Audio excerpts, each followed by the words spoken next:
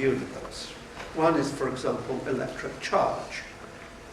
Now, when you actually count up the amount of electric charge that is in the universe, you find that there is an exactly equal amount of positive and negative charge. So the actual amount of charge that is created is zero. That's a rather crude example of actually there being nothing here. A more subtle one is how much energy there is in the universe. Because clearly God, in his busy work on day dot, had to do a great deal of work to provide us with just the right amount of energy. We know that energy is conserved, so whatever he made on that day dot, we now have. So let's count up the energy to see what sort of labour he had to indulge in. Obviously there's a lot of energy in the universe. There is the radiant energy, there is the mass that is embodied in the galaxies, multiply the total mass of the universe and multiply that by c squared, and you get the total energy of the universe. A colossal figure. Clearly God had to be busy on that first day, and all that energy had to come out of nothing. But then scientists are circumspect people, and they look around and they say, have we forgotten any contribution to the energy? And yes, indeed, we have so far, because every galaxy interacts gravitationally with every other galaxy. And when two, I've got to hurry up. When two galaxies interact gravitationally, attractively, it lowers the energy. And the signs are, and this is what we think is the case, that the lowering of energy through gravitational interaction exactly cancels the energy that we calculated from E equals mc squared. So how much energy is there in the universe? There is none. Sorry? So the actual amount of energy that God had to create on that day dot was zero.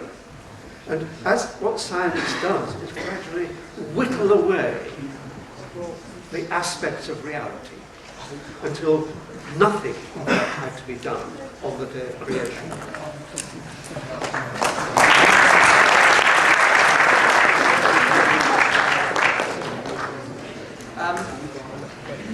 We've been told that the positive energy and the negative energy comes together to equal not nil, but no energy.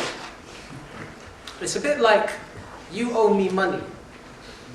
You owe me money for £1,000 of burgers that you've been eating at my place. Because you've eaten those burgers. So this is a debt, but you are owed money. You are owed £1,000 for gardening work, let's just say. Credit and debit, 1,000 on each side. Cancels out, right?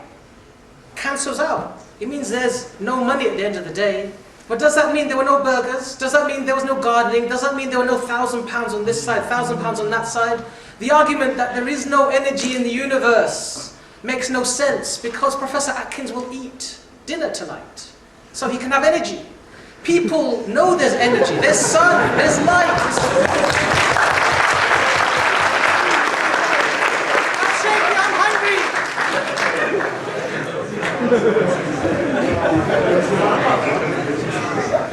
Never be seduced by naive arguments. We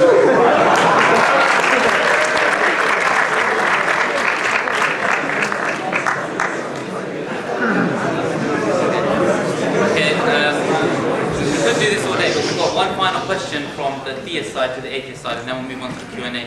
So I think, yeah.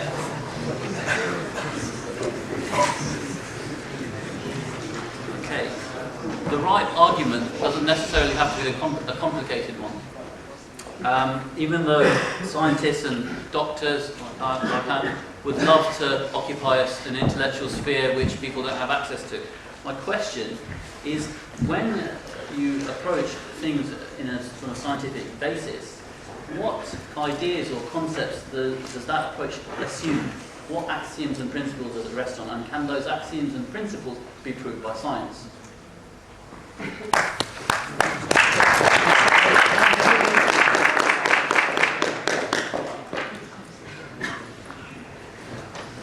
very interesting question.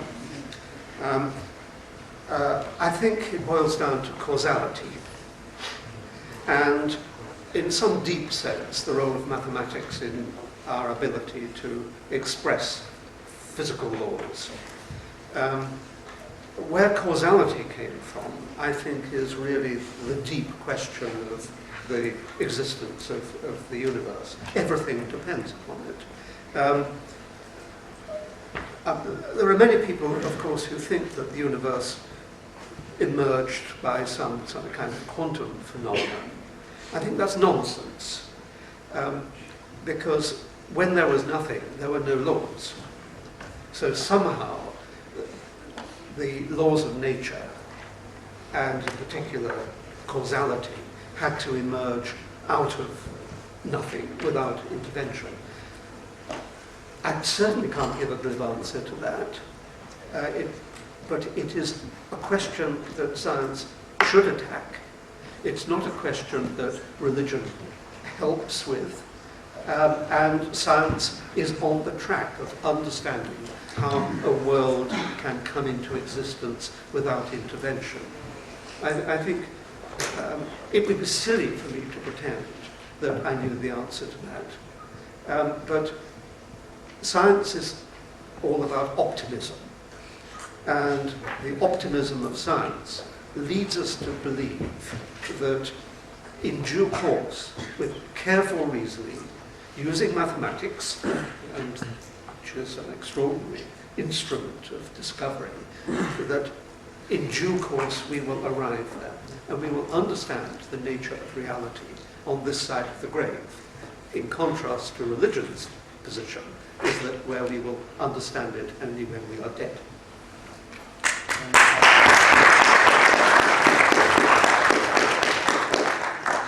I'd like to thank the Professor for his honesty in that answer and acknowledging where a gap might be. What I would say, though, is that hoping, however optimistic we are, that science is going to answer a question depends on science ambit in terms of investigation. Science can talk about physical situations, one physical situation turning into another physical situation, what caused it, what happened. However, something from nothing, science cannot get its grips into nothing, therefore it can never explain the first something. Science doesn't come into it. What is the evidence for that remark? If you can show me how science can investigate nothing, then I'm sure we can continue the discussion.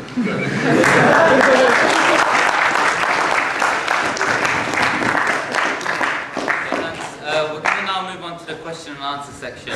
I want to make an announcement, is that there's always someone in the audience that wants to turn into a speaker. So if that's you, just please don't. Keep your comment and question short. I'm going to take 3 questions at a time, and then I'll let both speakers have a response. I'll sort that hand go up first, so yeah. Just very briefly, from the PE side, they presented a very good substantial evidence on proof of God and whether God exists. I think that the evidence for the proof of God is different, because once you have proven that there are evidence with tangibility, is different than actually rejecting and completely neglecting whether God exists or not. That's it. So can you just clarify that? So what is the question? It's a comment. Oh, okay, sorry. Okay, fine. Sure. Okay, gentleman there. Yeah. So you refer to God as eternal, right? And I would say, based on English and vocabulary, that eternal is sort of same thing as infinite. And you were also talking about how infinity is not something tangible, not something that exists in reality. And therefore God exists outside reality, in which case it's unprovable, and the entire notion of God is ridiculous to even play with. Because, as someone else was saying, I think, we can only measure what's in reality, so we can never, essentially ever, therefore prove his existence if he is eternal and outside. And blind faith, as you were saying, is not a medium for approaching this problem. So my question is, surely that makes it impossible, and how would you defend against that? Thank you. Okay, and gentleman here? Yeah, just the point that Hassan was leading to And I feel that he talked about that every thought, a rational thought, has to have some information existing before it. So my question to whoever wants to answer it is, where did the first piece of information come? Is it, and the way of what I'm trying to get to, is it not true that the mere existence of thought is proof that there must have been a teacher to teach thinking? Okay, thanks. So just to repeat the question, so we had the first comment, and then we had the second question is that God is outside this reality. So how can you possibly get to know this God who is eternal? And the third question is that where did the first piece of information come from? So I'll let the Atkins side go first. Or would you like to go first? Oh, sorry, and I feel the need to stand up. I don't know if that's my Yeah, ego. feel free to come to the mic. Well, I mean, the first thing that strikes me in response to that is that if rational thought and the ability to think relies on information existing before that thought happens, how does a God whom nothing existed before think? I mean, if there isn't anything for him to base his thought process on, then I don't see that God could be rational by that, particular criteria. But yeah, I feel the need to stress that with issues like whether Peter Atkins or whether I or whether anyone who doesn't believe in God has an explanation for the universe existing, we may not, but just because we don't have an explanation doesn't mean that any explanation is valid. Thanks.